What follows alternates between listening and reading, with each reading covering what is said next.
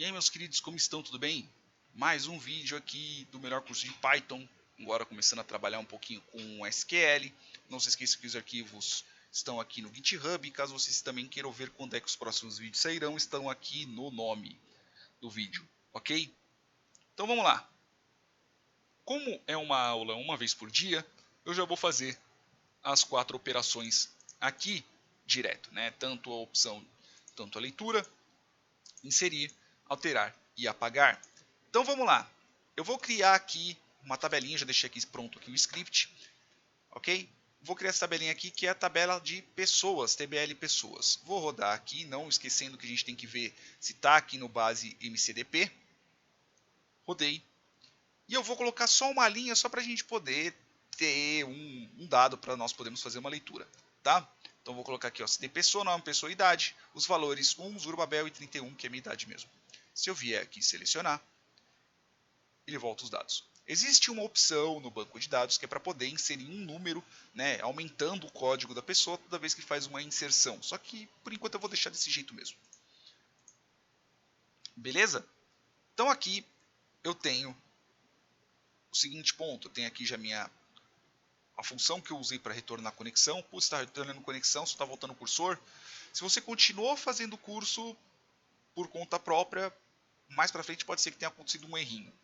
E eu vou mostrar para você onde é que foi. Então eu volto aqui a conexão, ok? Volta aqui o cursor, na verdade. Volta aqui o cursor.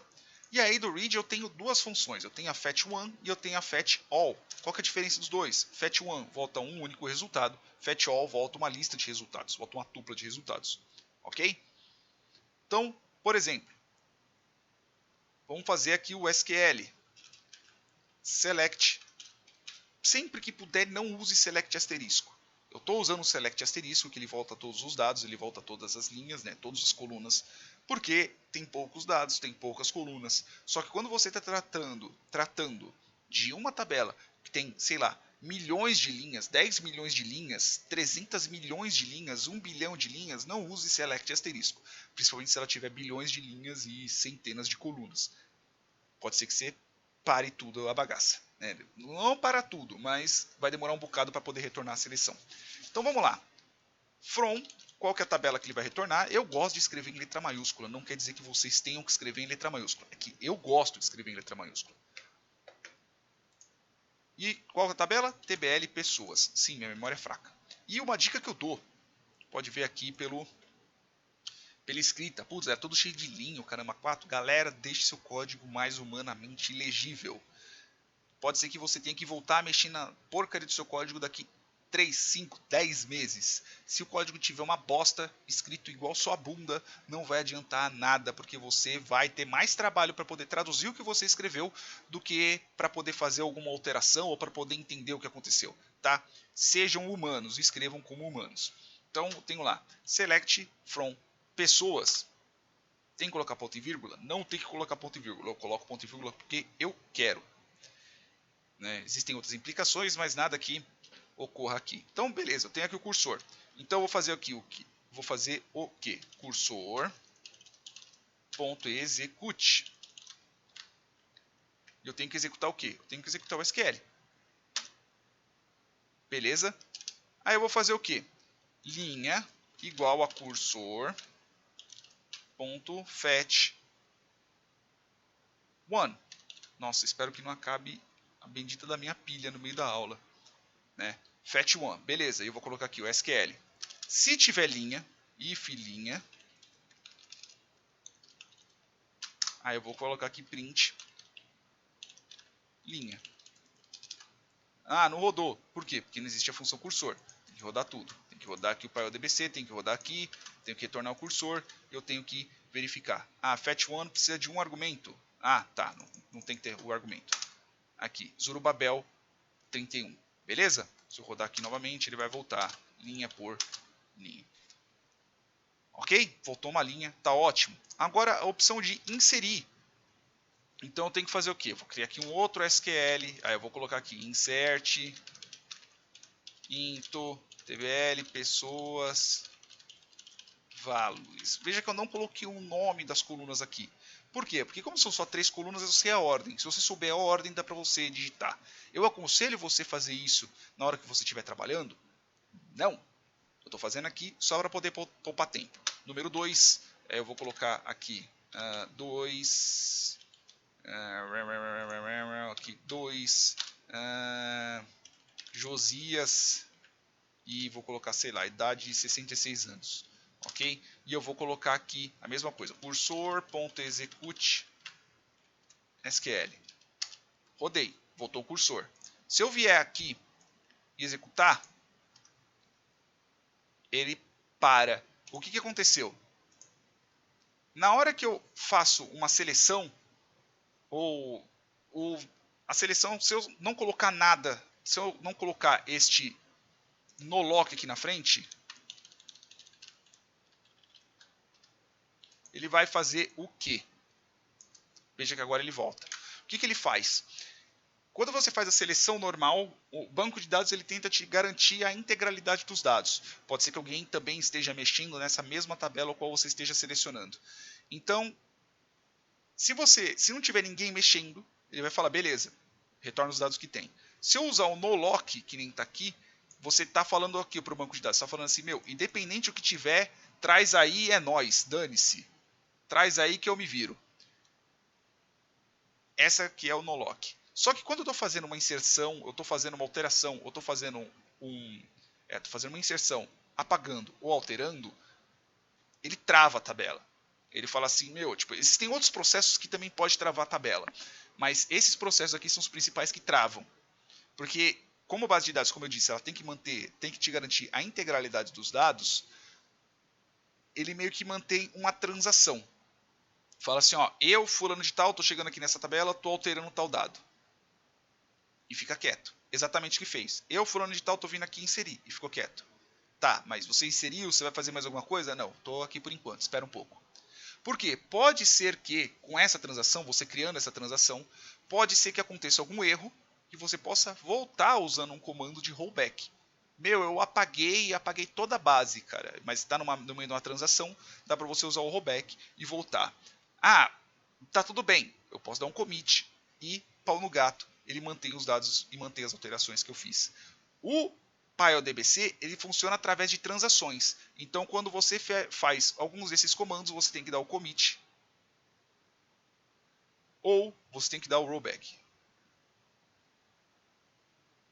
Ou funciona, ou está tudo certo, ou volta tudo que eu fiz. Tá? Só que isso daqui não é no cursor, isso daqui é na conexão.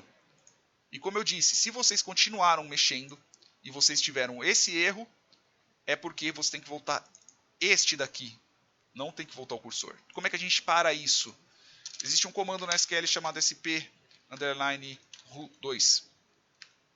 Eu executei. Veja aqui que volta qual que é o processo, qual que é o status, qual que é o login e qual que é o programa que está executando. Veja que aqui eu tenho o programa Python. Ele está dormindo, está sleeping. E o nome é 53. Kill 53. Galera, por favor, não fiquem usando kill indiscriminadamente. Principalmente se tiver várias pessoas trabalhando, se tiver várias pessoas usando. Se você tiver esse tipo de permissão para poder fazer isso. Né? Qualquer um que consegue dar um kill num processo, no banco de dados. Porque se você fizer isso, se alguém estiver trabalhando no meio de uma transação ou alguma coisa do tipo, meu, você caga tudo a transação da pessoa, vai dar rollback, dependendo, e vai travar a conexão da pessoa. Meu, é um saco. Toma muito cuidado com o kill. Ok? Agora vamos fazer a alteração aqui. Como é que vai fazer? É algo muito difícil, né? Vocês podem ver. Simplesmente só vou voltar aqui um return nessa parte. E aqui eu apago. Eu tenho que voltar a conexão. Eu não posso voltar o cursor. Então, eu tenho que fazer aqui, ó, conexão igual a, como já diz o próprio nome, retornar conexão SQL, ok? E no cursor, aí eu faço o quê? Conexão.cursor. Aí, beleza. Se eu vier aqui e executar, pega nada. Continua funcionando normal, porque eu estou trabalhando com o cursor. Agora, vamos fazer o insert. Eu dei o cursor. Tá lá. Se eu rodar aqui de novo, ele vai continuar travado. Ah, não. Deixa eu tirar o no lock. Ele vai continuar travado. Pô, eu não sei. Eu saio do processo, você já terminou ou não? Pô, e aí, o que eu faço?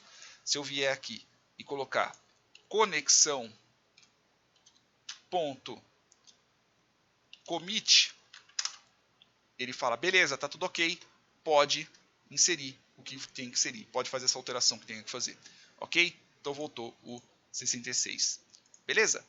Só que se eu fizer aqui um update, o que é o update? O update ele altera determinados dados. O update ele é o comando, ele e o delete. Ele é o comando do me demita. Se levanta, se você errar, você entrega o papelzinho para a pessoa e fala assim, ó, estou me demitindo por justa causa retroativo, porque eu acabei de fazer uma grandíssima de uma cagada, principalmente se não tiver backup. Que é o famoso update sem where. Então o que é o update sem where? Você vai alterar sem qualquer indiscriminação se você não tiver where. Vou mostrar para vocês. Por isso, galera, preste muita atenção. SQL igual update tbl pessoas 7 idade igual a 11. Cursor execute. Cursor commit. Conexão commit. Dani, se eu sou bom, eu sei o que eu estou fazendo, eu não vou cagar em nada, não tem problema nenhum, eu posso rodar o que eu quiser. Fudeu. Update pessoas 7 igual a 11. Não tem um where. Não tem nenhum critério de seleção de alteração. O que foi que eu fiz? Eu alterei todos os meus registros daquela coluna. Então, meus queridos, tome muitíssimo cuidado quando você está tratando com delete e quando você está tratando com um update. O estrago é o mesmo. Se você escrever delete from tbl pessoas, então o SQL aqui, ó, SQL igual delete from tbl pessoas e não colocar um where, você tá ferrado, porque você vai apagar todas as colunas. Então, para isso que existe o update tbl pessoas 7 igual a 11, o where, então qual que é a condição? cd pessoa igual a 1. Então, vou colocar aqui novamente como 31. Eu vou rodar já logo com commit, não tem problema. Alterei para 31. Ah, e se eu quiser fazer aqui, por exemplo? Se eu quiser rodar aqui, ele só vai voltar o primeiro. Então, eu tenho que colocar aqui, vou só comentar.